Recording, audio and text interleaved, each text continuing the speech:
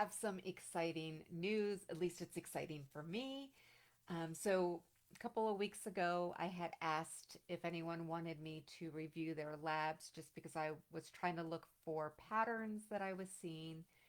I've also requested labs from, patients that I've had in the past and from some other groups that I'm in. And after analyzing, gosh, I think it's about 320 some labs, what I found was exactly what I expected to find. So almost every single lab that I evaluated indicates that there's insulin resistance in the body. And I have said this repeatedly on this group and in other groups that inflammation is the number one cause of tinnitus. Things like noise exposure can cause tinnitus, not just because of the noise, but because it creates a stress in the body, which increases inflammation level. What happens is when the inflammation goes up, then your hormones are thrown off. So that can be your insulin, your thyroid, leptin levels, all sorts of things get wonky because of stress. My point being is that so again, I did about 320 some labs.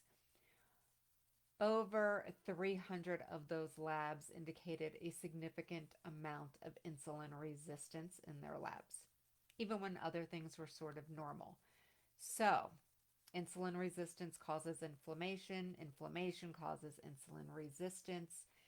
Insulin resistance affects the body at a cellular level.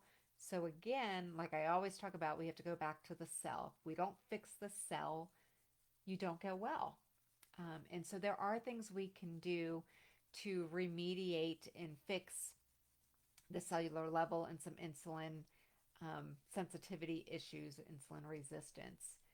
I am a big proponent of fasting. I do have fasting programs.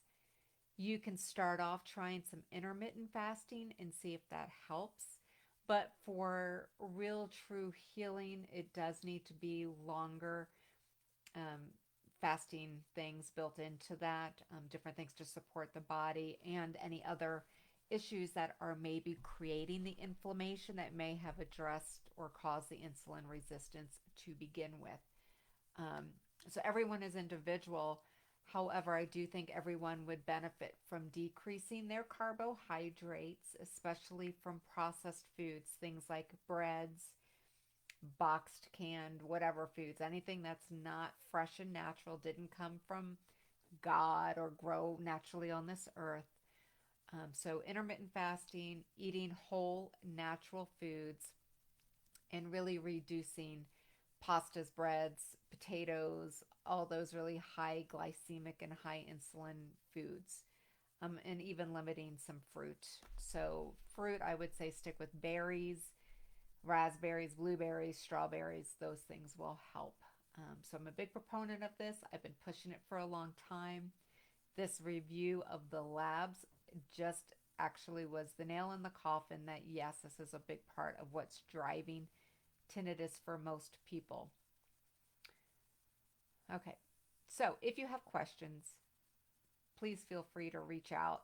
I'm happy to help, but I'm excited because, again, although there's been no direct links to this, I do feel like it's a really big issue. And hopefully, I'll be able to do some more formal written up research. And I'm going to probably try and publish something. I've got two other research projects, so this will probably be the next one that I'm doing. But I'm excited. I hope this helps give you some answers as far as what may be going on and how best to address the tinnitus yourself.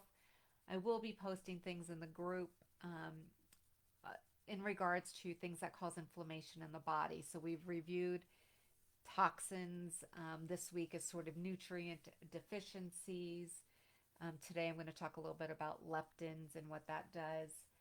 Excuse me, not leptins, lectins, and what that does as far as inflammation in the body as well. So feel free to reach out if you have questions. But like I said, I'm super excited with the findings and I look forward to answering any of you if you have questions. Bye bye.